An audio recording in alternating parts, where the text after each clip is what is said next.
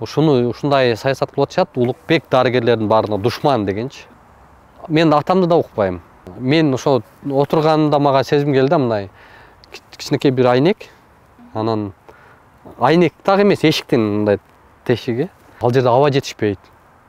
Ушундай эркиндикте жүргөн адам, анан колу бутуңду мындай кыркып эле алып барып бир кудукка салып койгондой болду да мен. Мисалы эми концерттерге барасың да, кээ бир концерттерге барганда эми күлгүң келбей турат, анан бак тааныйсың, анан ал эми шагысын кылбасын деп кол чаап койгон учурлар болот. Аркы беркинен түшүнүгү бар адам кантип ошол эшикти талкалап кирсин. Бул абсурд, жомок да. Апам болсо каршымда азыр, мен кандай гана кызмат кылмакмын, кандай гана кадырламакмын, кандай гана апамды бир ыраазы кылмакмын. Саламатсыздарбы биздин сүйүктүү көрүүчүлөр? Бүгүн бизде өзгөчө конок менен маек болот. Ким десеңиз, кээ бирөө жакшы көргөн, кээ бирөө жаман көргөн блогер, журналист Улукбек Карыбек уулу. Кандайсыз? Бүгүнкү маанайыңыз кандай? Ошол суроодан баштайлы. Абдан жакшы. Улукбек Карыбек уулу деген ким? Журналистпи же блогерби? Мен көп кесиптештеримден келген, көп келет ушул суроо. Кененирээк айтып коеюн бул боюнча. Негизи эле мен 2012-жылы телевидениянын кухнясына келгем. Дээрлик бир 12 жыл телевиденияда, журналистикада аралашып, ысык суугун көрүп, жон терибиз менен, мындайча айтканда, журналистикада ошол тажрыйба алдык, эмгек кылдык. Анан акыркы бир жылда ушул блогерлик кесипке фрилансер деп коет го. Бул азыр жаңы замандын форматы десек болот. Журналистика менен блогердин мындай бир өтө деле асман менен жерде айырмачылыгы жок. Кээ бир жанагындай журналисттин цензуралары бар. Ушул медиада ар бир журналист өз пикирин билдире албайт дегендей ушул бир топ жанагындай критерийлер бар да.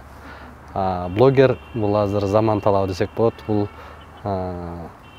өз оюн кошо ала турган, өз пикирин билдире ала турган, жалпы эле ушул коомдук мейкиндикте өзүнүн аудиториясы бар адам десек болот да. Сиз журналистмин деп эсептейсизби же блогер? Эми биздин коом көп жылдар бою, эми бул жаңы келген термин да, фрилансер журналисттер, булар эркин журналисттер. Бизде дээрлик буга чейин мындай жок келесе деле болуп жүргөн эркин журналисттер. Акыркы жылдары ушу көбөйүп, көз карандысыз журналисттер. Барына чексиз! Эмнелерге? Барына! Мессенджерлерге, социалдык тармактарга, чалууларга, фильмдерге, сериалдарга, телеканалдарга. 4 жумага 550 сом. Шашылгыла, барыбыз кошулабыз. Переходи на О. Барына чексиз.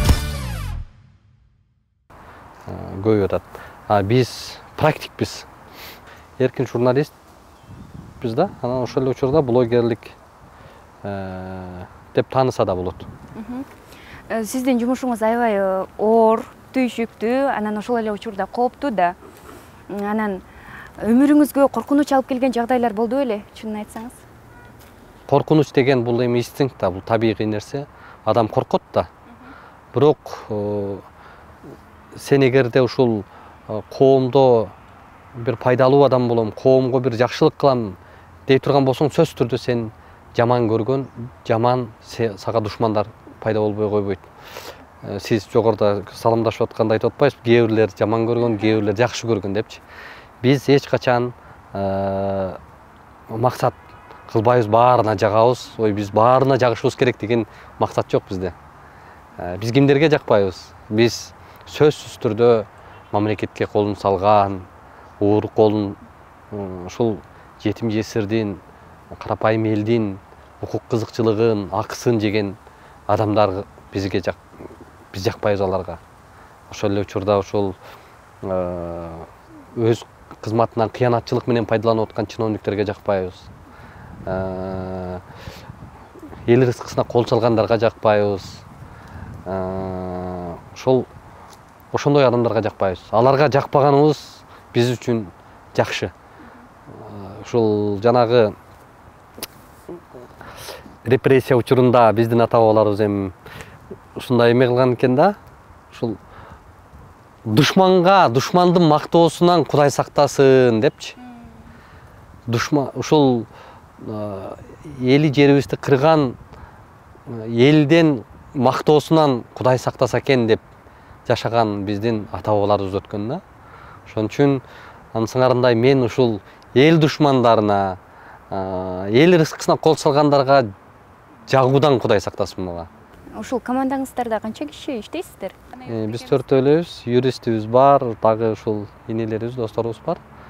Анан барыбыз ушул эч бир жеке кызыкчылык, мындай бир байыйын, ушунун артынан мен байлыкка топтоп мансапка жетейин деген деле ой жок да биздечи. Биз Кыргызстан үчүн, эл үчүн кызмат кылалычы деп иштеп атабыз. Кайсы бир саясий топко, кайсы бир группировкаларга же бир саясатчынын этегин кармап, азыр баары эле уккусу келет да. Паланчынын артында түкүнчө турат экен деген имянычы. Андайдан Кудай сактасын алыспыз. Бир дагы саясатчынын этегин кармаган жокпуз. Бир дагы чиновникти ээрчибейбиз. Бизге ушу жуучу түшүп, бизге ушул өзүнүн мындай бир шайкаларын айландыргысы келип, ушундай саясатчылар толтура. Саясий партиялар дейбизби? Баары. Бирок биз андайларга максат кылган жокпуз. Карапайым эл үчүн кайсы жерде кайсы адам кыйналып атса, биз ошонун жанында болобуз келет. Туура айтасыз, журналистика жаатында көп жылдан бери эмгектенгениңизди билебиз да. Анан акыркы 2 жыл аралыгында атыңыз ушунчалык белгилүү болду да. Бардык Улукбек депчи. Анан буга эмне себеп болду? Эмнеге азыр мурда эмес? Мурда мен ток-шоу Түшүнүк деген программаларды алып баргам, анан ушу жалпы эле түз эфирлерде жүрүп, эми телевидениени азыр эч ким көрбөй калбадыбы? Телевидениеде азыр аз санда адам көрөт. Ошон үчүн мени эч ким мындай билчү деле эмес. Бир тармагы. Экинчи тармагы, мен ал учурда мындай бир башкача темаларды көтөрчү элем да. Ал эми ушул эркин журналист болуп калганыңызга эмне болду? Эмнеге элге жардам беришим керек деген эркин журналист сизге инсайт каяктан келди? Эркин журналист ушул эмнеси жакшы, кайсы жерде ким чакырса, кайсы көйгөй болуп атса ыкчам барып, бир күндө мен бир топ маалымат алганга жетишем да. Бир топ адамдарды кабыл алып пикирлешкенге жетишем. Мындай эртеден саат 6-дан саат 8-ден кечки 7-ге чейин бир бөлмөнүн ичинде отуруп алып, иштеген, кайсы бир редакцияда отуруп кызмат кылган да көрө эркин болуп иштеген, бул алда канча мындай эффективдүү, убактыңа дагы, анан ишмердүүлүгүңө дагы. Бул биринчиден. Экинчиден, биз ушул эркин болгондо түшүндүм, элдин чыныгы көйгөйүн көтөргөнгө чоң мүмкүнчүлүк болот экен да. Сага диктовать этип, муну көтөр, тигини көтөр деген редакторуң жок, же сенин директоруң жок, сени мындай бир направление салып, өзүнүн багытында редакциянын саясатына карата иш алып барып тура турган адам жок. Сен элдин жон терисинде эмне турат, ошону көтөрүшүң керек. Мына элдин көйгөйлөрүн биз эң актуалдуу, эң коомдогу мындай бышып турган көйгөйлөрдү көтөрүп атабыз. Бирок ошонун чечимдерин, ошонун чыгуу методун ачып көрсөтпөй атабыз. Иликтеп, аны териштирип, анан көтөрүп атабыз. Бир теманы эле биз 3 күн отуруп талдап иликтейбиз. Биз спонтанно барып эле көтөрбөйбүз. Ошон үчүн биз баргандан кийин абдан күчтүү даярданып, абдан кылдаттык менен маани берип теманы көтөрөбүз. Ошон үчүн мен ойлойм, азыр Улукбек келе атат экен дегенде чиновниктер мындай бир отурарга жер таппай калган учурлар. Бири-бирине голосовой жиберип, Ошол эле учурда дарыгерлерди айтабыз. Ошондой учурдан дарыгерлер жөнүндө сөз болуп кетти, айтып коеюн да. Мен дарыгерлердин баарысын азыр ушундай топ пайда болду. Өзгөчө ушул Бермет Бактабасова деген бир эме бар, эже. Ал ошол дарыгерлердин профсоюзунун, жеке менчик профсоюз да, алардык эми коомдук. Ошону жетектеп, өз оюнда эми дарыгерлерге жакшы көрүнгүсү келип атат. Бирок ушундай саясат кылып атышат, Улукбек дарыгерлердин баарына душман дегенчи. жок, кайнанайымдар, ал андай эмес. Биз өз функциясын аткарган, өзүнүн Гиппократка берген антын, же ошол өзүнүн ак калатындагы татыктуу кийген, биздин эртеден кечке ушул эмгегин, билимин, ушул элдин ден соолугуна жумшап аткан биздин дарыгерлер жөнүндө мен урматым терең аларга. Биз ким үчүн мындай бир алдым жутумга жакын, биз кайсы жерди көтөрүп атабыз, именно барып биз точно көтөрүп атабыз. Мынабул роддомдо, мынабул дарыгерлер мына ушундай кылып атыптыр деп. Биз жалпы дарыгерлерди айткан жокпуз. Биз ошол кайсы жерге барып көтөрүп атсак, демек ошол жердеги биз тийиштүү гана дарыгерлердин жүзүн көрсөтүп атабыз. Мына өзгөчө ошо биздин келин кыздарыбыз бүгүн төрөттөн коркпой эле, ушул толгоодон коркпой эле, ушу төрөттөгү төлөмдөрдөн коркуп калды да. Көбүрөөк ошону ойлонуп калды да. Биздин эртеңки келечекке, биздин элибиздин санын көбөйтүп аткан биздин айымдардын мындай бир көйгөйүн кантип айтпайбыз биз? Ошолордун эртеңки эч нерседен күнөөсү жок, байкуш ушул ак наристелерибиздин укугун эмне үчүн коргобойбуз? Биринчи кезекте биз ошолордун укугун коргошубуз керек. Биз ошолорго кам көрүшүбүз керек да. Мына ушундай багытта иш алып баратабыз. Анан мына кече Караколдон келбедимби? Караколдогу жагдай эми Кудай сактасын да. Бул бир эле ошо Караколдо эмес, көп ооруканаларда ушундай көрүнүш бар. Мына сизге, мага байкуш эми мына кадырес эле көрүнүш болушу мүмкүн алчы. Бирок ошо дарыгерге ал көнүмүш эле адат. Ал эми ал үй бүлөнүн, ошол эненин, ошол атанын, ошол небере жытын жыттайым деп отурган аксакалдардын күйүтү, алардын арманы кандай? Ким түшүнөт аны? Ким ойлонот? 9 ай курсагында ушул наристе жыттайым деп көтөрүп жүргөн эне бир заматта баласы бир жерде, өзү бир жерде, баласы майып, башы травма алып, ошол акыреги сынып төрө болуп атканда бул үй бүлөдөн бул үй бүлөгө мындан артык көйгөй жок. Ким түшүнөт ошону? Мейли дарыгерлерге ал күнүмдүк эле көрүнүш экен, кадырет эле адат экен. Ал үй бүлөнүн жан дүйнөсүн ким ойлойт? Мына небере жыттайм деп турган үй бүлө кандай абалда калды? Ошону ойлонушубуз керек да. Ошон үчүн мындай окуялар толтура. Ошондуктан буюрса эми иштей берели акырындап. Сиз аймактарга барып, региондорго барып, баягы дарыгерлерди айтып атпайсызбы? Аларды тартып, анан чыгарайын дегенде акча сунуштаган учурлар болот да, Мурдараак болчу. Азыр билишти, мындай түшүнүп калышты. Улукту эч ким сатып ала албайсыз тургандыгын. Ишмердүүлүгүбүздө принциптер бар да. Биз эч качан чыгарып аткан материалыбыз коомчулуктун кызыкчылыгында болсо, коомчулуктун көпчүлүгүнө ошол нерсе проблема болуп турган болсо, аны биз сөзсүз түрдө көтөрөбүз. Ошол нерсе көтөргөн нерсебизди чыгарганда же барып тартууда ортого түшкөн адамдар, ал мен атам деле жана сот учурунда айтыптыр, мага айтып атышат. Мен атамды да укпайм. Биздин команданын принциби ушунда. Менин эң жакын кыйбас адамымды да укпайм. Себеби ал коомчулуктун кызыкчылыгы баарынан өйдө болушу керек. Демек, сиз кайсыл жерге барып ишти бүтүрөм деп тарткан болсоңуз, ал сөзсүз түрдө чыгат. Коомчулуктун кызыкчылыгындагы жагдайды бизден эч ким токтото албайт. Сиз айттыңыз эле да, эгерде мен акча алганымда, пара алганымда эң бай журналист болмокмун депчи, чындап эле көп суммадагы акча сунушташабы? Ооба. Бул адат, стереотип пайда болуп калыптыр да. Мен бардык кесиптештеримди айтпайм. Ак ниет менен чын дилден иштеп жүргөн кесиптештерибиз да бар. Ошол эле учурда атайын муну ушундай улуу кесипти өзүнүн жеке шкурасы үчүн же өзүнүн кызыкчылыгы үчүн каражат топтоонун да бир методун айланып алып тургандыр. Жамандап берем сени, мынча бер, чыгарбайм. Же муну заказ аткарып, ошол учурда кайсы бир материалды акча берсе чыгарбай койгон кесиптештерибизде жок эмес да. Ошондой аң сезимде мага мындай бир кайрылып, мага ушундай адам салып, ортого түшкөн моменттер болбогон жок.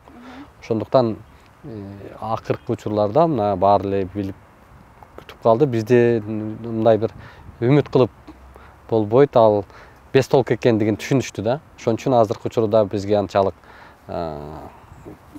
сунуштоолор дээрлик жок, жоголду. Кудайга шүгүр, ошондой эле болуш керек. Ошону каалайбыз биз. Анан башка методго өтүп атышат, эми көрүп атасызго. Соттон сотко сүйрөп, преступник катары бизди ушундай баалап, анан өзгөчө өтө оор кылмышкерлердей мамиле болуп, бирок эр жигиттин башына эмнелер гана келбейт. Биз ошол мындай абалда калганыңызда кандай сезимдер болду? жана камалгандабы? Ооба. Бир четинен мен түшүнгөн жокмун. Кадимкидей эле, күндүкүдөй эле бир жумуш өзүбүздүн ишмердүүлүк менен жүргөнүбүздөн анан милиция кызматкерлери келип эле сиз ушундай кылдыңыз, сиз ровдга келип коюңуз. Хорошо, мага кат берип кой, барам. Ага да болбойт. Анан мени күч менен алып кетишти да. Мен ошо отурганда мага сезим келди, мындай кичинекей бир айнек. Анан айнек дагы эмес, эшиктин мындай тешиги кичинекей. Анан мондай дагы кичине мындай бир жылчык бар экен. Анан туалет, анан кровать. Анан эми ал жерде аба жетишпейт. Ушундай эркиндикте жүргөн адам, анан колу бутуңду мындай кыркып эле алып барып бир кудукка салып койгондой болду да менчи. Өзүм ойлондум, отуруп, түшүнбөй калдым мындай. Как это так депчи. Неге мындай болот? Кантип депчи. Мен не күнөөм үчүн депчи. Мен бөркүмдөй билем, ар бир жерге кирерибизде, ар бир мыйзам тамгасын карап, кайсы жерге болот, кайсы жерге болбойт, эмне кылыш керек, эмне кылбаш керек экендигин мен абдан кылдаттык менен карап барабыз да. Анан сиздер ошол больницага кирдиңиздер да, анан мыйзамбыз болду белечи, болгон жок беле? Жок да.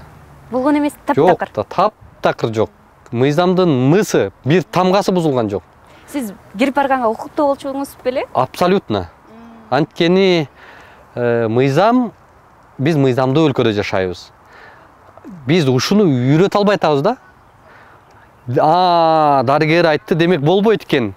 Бул айтты. Биз мыйзамдуу мамлекетте жашагандан кийин ар бир нерсе, ар бир мамлекеттик кызматкер, ар бир сөзү мыйзам алкагынан чыгып сүйлөнүшү керек. Ал мамлекеттик кызматта отуруп, мамлекеттик ишти иштеп атып, ал оюна келген нерсени айтпаш керек. Биз айттык, макул, мен балким билбей атам, мыйзамды көрсөтүп бериңизчи, тыюуну көрсөтүп бериңизчи. Жок. Анан жала кур доомат деген ата бабабыз бекеринен айтпайт да, кур дооматтан Кудай сактасын депчи. Мен ошол сөз менин башыма келди да. Мен эшикти барып талкалап ошол жерде кирген, эми элестетип атасызбы, мындай аң сезими бар, аркы беркинен түшүнүгү бар адам кантип ошол эшикти талкалап кирсин. Бул абсурд, жомок да. Анан жала жаап, жарандарды көп адамдар ушундай укугу бузулуп, көп адамдар ушундай күнөөсүз эле камалып кеткен адамдарды укчумун мурда. Бирок мен өзүм ошону көргөндөн кийин тобо дедим. Биз ушул үчүн күрөшүшүбүз керек экен дедим. Дагы да биз иштешибиз керек экен дедим. Биз ушундай нерсени токтотуш үчүн башыбызды сайышыбыз керек экен. Күнөөсүз адам эч качан камалбаш керек. Анан ошондо элдер келди го, сиз кандай абалда болдуңуз? Мен элди көргөн жокмун биринчи. Интернеттен мага эмес адвокаттар эме кылып атышты, бирок элге рахмат да. Эл бүгүн ойгонуп калыптыр. Элибиз башыбыздан сылап, азуулууга салып бербей, ошол душманыбыз абдан көп, сиз айтып аткандай. Ошол душмандарыбыздын табасын калындырып, ошолорго бир жем кылып салып бербей койгондугуна биринчиден Кудайга, экинчиден ошол элиме, үчүнчүдөн ошону түшүнүп аткан биздин мамлекеттик жетекчилерде, жетекчи кызматкерлерге деп белгилесек болот да. Анан мен абдан ыраазымын. Мен үчүн мындай бир эме болду да. Дагы да шык болду. Ушул иштин аягы эмне болду? Бардыгына кызык да. Сизди себепсиз эле камап коюшпадыбы? Анан жооп бердиби күнөөлүүлөр? Азыркы учурда тергөө жүрүп атат. Дагы деле тергөө жүрүп атат. Тергөө жүрүп атат. Бизде ошол чакырып тергөөчү бардык тергөө иштерин амалдарын жасап атат. Кылмыш жаза кодексинде так статья бар. Кайсы учурда кылмыш иши токтотулат. Кылмыштын курамы аныкталбаса, кылмыш иши токтотулуш керек. Мен тергөөчүгө барып, кылмыш иши курамы аныкталбак турсун, мен мына кылмыш ишин кылган жокмун, факты мына деп видео тастыктамаларды алып барып, бизден киргенден чыкканга чейинкиси видео тастыктамаларыбыз бар. Ошолордун баарысын биз тергөөгө алып барып бердик. Бирок эмнеге кыскарбай атат, мен түшүнбөй атам ошону. Негизи бул кылмыш иши кыскарыш керек эле. Ушул бизге мындай кошумча жүк болуп атат булчу. Биз четинен ушундай бир отвлекать этип, дагы да биз мындай ишмердүүлүгүбүздү кененгесин жүргүзгөнгө жол болуп атат. Сиз азыр мисалы Кыргызстандан чыга албайсыз да, демек. Эми жеке жашооңуз, үй бүлөңүз тууралуу айта кетсеңиз, көп айтпайсыз да, эмнеге? Же зыяны тийип калат деп коркосузбу? Жеке жашоо эми жеке болгон эле жакшы. Үй бүлөлүүбүз. Алар жумушуңузга кандай көз карашта? Балдарыңыз, жубайыңыз, ата-эне? Ыраазычылык билдирем түшүнгөндөрүнө. Түшүнүү менен кабыл алганына мен рахмат айтам. Анткени биздин жумуш оор. Эртең менен кетесиң, түндө келесиң. Кээ бир учурда күндөп жүрө бересиң. Аймактарда мисалы үчүн жумалап жүрөбүз. Мына ушул акыбалда эми түшүнүп аткан үй бүлөбүзгө ыраазымын. Анан сенин жумушуң кооптуу, балким жөн эле коёсуң деген дагы убакыттар болобу? Кара курсакты тойгозуш үчүн толтура да жумуш. Абдан көп тармакта иштесе болот. Кара курсак үчүн максат кылган эмеспиз. Анан эч ким кепилдикте болуп бере албайт өлбөскө. Бардык адам өлөт, өлүм даамын татат, кроватьта жатып болсо да өлөт, согушта жүрүп да өлбөй келгендер бар. Анын сыңарындай Кудай берген өмүрдү Кудай алат. Бирок биз тобокелчилик менен ушул эли жерибизге кызмат кылсак деген максат менен иштеп атабыз. Абдан оор, оор. Кээде ойлоносуң, эмне үчүн ушунчалык эме болуп атам, эмне үчүн ушундай? Анткени мындай сыноолор келет, ар кандай күчтөр, ар кандай аракеттер болот. Бирок баарына чыдаш керек да. Чыдаш керек, сабыр кылып өткөзүш керек. Азыр тырышчаак, бир беткей адам экениңизди билебиз. Анан кийин кичинекей Улукбек кандай болгон? Кичинекей кезиңизде деле ушундай мектепти жакшы окубаган, өз оюмду бербеген, мугалимдер менен аябай талашкан адам, бала болгом. Анан апам раматтылык абдан мен ушундай коомдук адам болгонума себепчи инсан болгон. Мугалим ата-энем экөө тең. Мугалимдин үй бүлөсүндө төрөлүп, ушул мугалим ата-энем өмүр бою мектепте иштеген. Сиздин берүүлөрдө көбүнчө мындай каратып туруп калп айткандагы инсандар болот го? Анан көп болот андай. Ооба. Анан эмоцияңыз кантип? Ар бир берүүдө болот андай. Ооба, эмоцияңыз кантип башкарасыз же журналистикалык этиканы сактоо оорбу? Коом анын ичинде баары түшүнүшү керек да. Катардагы журналист болсоң, сен абдан этикалуу журналист болосуң. Киндер үчүн этикалуу болосуң.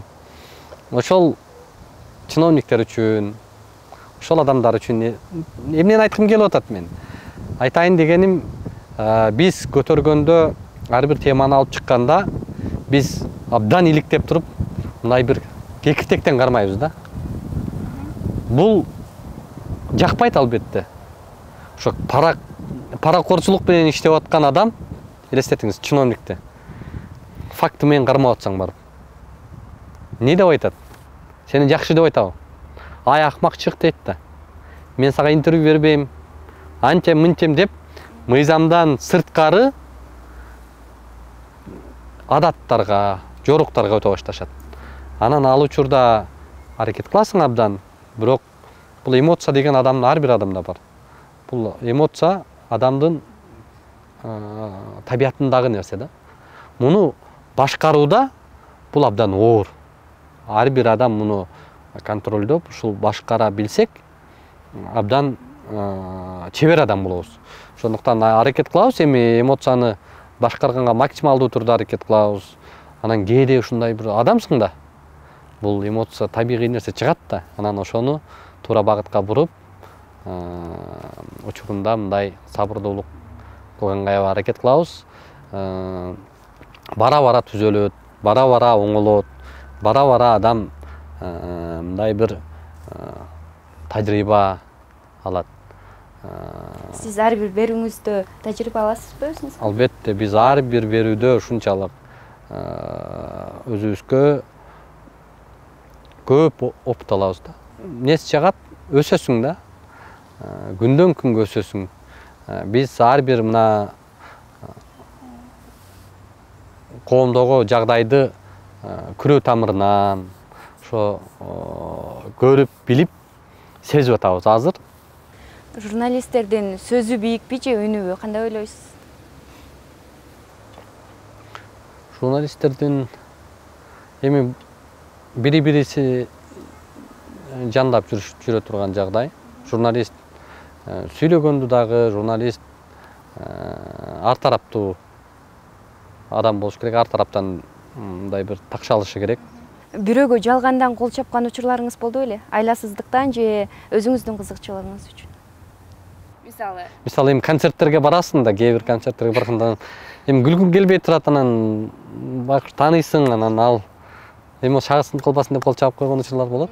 Мисалы кимдин концертинде? Эми көп эле учур болот, эми айтсак таарынып калат го азыр. Келечекке кандай иш пландарыңыз бар? Улукбек ушундай саясатты көздөп атат, ошол үчүн жасап атат деп дагы айткандар бар да. Анан чындап эле саясатка баруу оюңузда барбы? Саясатка жашоо өзү саясат бул. Саясат жашоодо ар бир адам ошол эле не только журналист, не только блогер, не только бул кайсы бир багытта эмес, ар бир адам жогорку билимдүү, аркы беркиден кабары бар, өзүнүн тармагында адис адам, бул сөзсүз түрдө саясатка өзүнүн салымын кошуш керек. Азыркы учурда биз саясат менен алек эмеспиз. Саясатка азыркы учурда биз убактыбыз жок. Келечекте эми Кудай билет, Кудай көрсөтөт. Бирок азыр биз мониторинг этип жүрөбүз деп бекерден айткан жокмун. Биз эл турмушуна, эл көйгөйүнө азыр сүңгүп кирип кеткенбиз. Саясатка убактыбыз азыр жок. Саясат менен алек дагы эмеспиз. Саясат биз менен алек болбой эле койсо экен деп турабыз азыр. Сунуш болсо да барбайсыз. Эми бул барабыз, барбайбыз дегенде эмнеге айтып атам мен? Эч ким антпеши керек. Биз саясатсыз жашоо жок. Учурда биз саясат менен алек эмеспиз. Бирок келечекте мындай журналисттер эле эмес, ар бир мугалим дагы эгер саясатка салымын кошуш керек. Биздин дагы оюбуз бар, келечекте саясатка өзүбүздүн салымыбызды кошобуз. Саясатта өзүбүз балким аралашабыз. Аны убакыт көрсөтөт, бирок биз учурда саясат менен алек эмеспиз. Сиз коомчулукта көп жүрөсүз, анан эмнелер кубандырат, эмнелер капаландырат? Кубандырганынан баштасак, эл мурдакыдай эмес азыр. Мына биздин бала кезибиздеги коом менен азыркы коомдун айырмасы асман менен жердей. Мына санарий, цифровизация, мобилдүү аппараттар, телефон мисалы үчүн. Бул кадимкидей коомдун аң сезимин өзгөрттү. Эл алда канча бир жакшы жака өнүгүп атат, өзүнүн пикирин билдире алып атат. Бул кубанычтуу жагдай.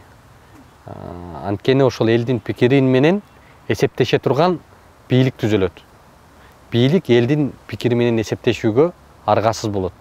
Бул кубанычтуу жагдай да. Эл өзүнүн үнүн айта алса, эркиндигин айта алса, бул кубанычтуу жагдай. Өкүнүчтүүсү бул кайдыгерлик. Бардык трагедиянын башаты бул кайдыгерликтен болот. Биздеги бардык көйгөйдүн баштапкысы бул кайдыгерликте. Коом кайдыгер карабашы керек. Коом сергек болуш керек. Ар бир адам аны ким башкарып атат, ким эмне кылып атат, аны билип туруш керек. Ошонун кабардар болуш керек. Анан дүйнөдө эмне болуп атканы менен иши жок, кайдыгер мындай бир кара курсак үчүн эле күн өткөзүп аткан жагдай көрүнүш бул өкүнүчтүү да. Анан элибиз бүгүн маалыматтык мейкиндикте өзүнүн жакшы жактарын, өзүнүн мындай бир позициясын көрсөтүп атат. Айта ал дегеним, эл каалаганын көрө алып атат.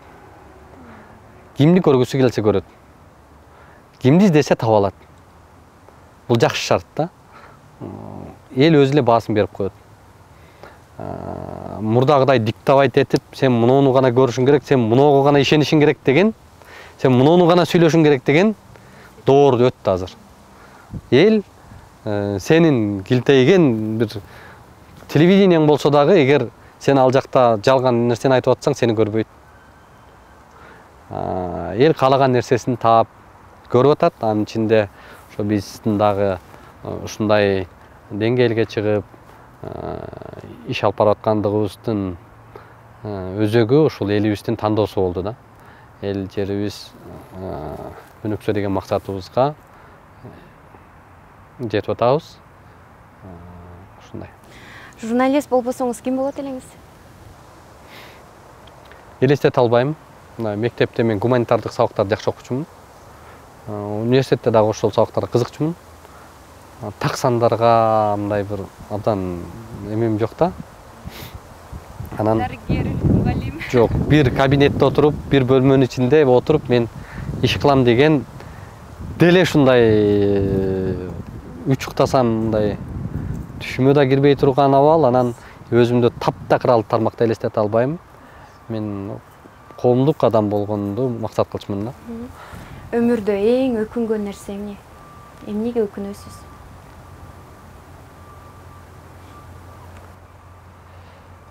Эми өмүрдүн өзүнө өкүнөсүң,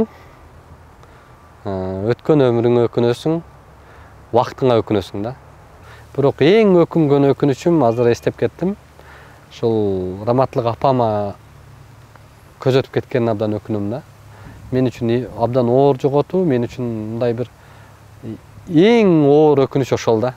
Апам болсо каршымда азыр мен кандай гана кызмат кылмакмын, кандай гана кадырламакмын, кандай гана апамды бир ыраазы кылмакмын. Албетте мага ыраазымын деп дайым айтчы. Апамды ушу тирүүсүндө батасын алып, рахматын алып көп жүрчүмүн. Анткени о студент элем. Күндө эртең менен мен уйкудан туруп апама SMS жиберет элем телефонуна. Мен сизди жакшы көрөм, мен сизди сүйөм, мен сизди урматтайм. Менин эң асыл адамымсыз, менин эң кымбат адамымсыз деп дайыма SMS жиберет элем. Бир күн жибербей калсам мага чалчы, эмнеге жибербей калдың деп. Анан ошо туугандарга, атама азыр айтчы экен да, мындай бир туугандарыма мен абдан ыраазымын депчи менденчи. Мен студент мезгилде көбүрөөк буякта болуп, апам айылда болуп, акыркы учурларда мен апам менен көп байланышта боло албай калгам да. Кырсыктан, авариядан каза болуп калды, бирок өкүнүч ошол да. Ошон үчүн бармакты тиштебей, эртең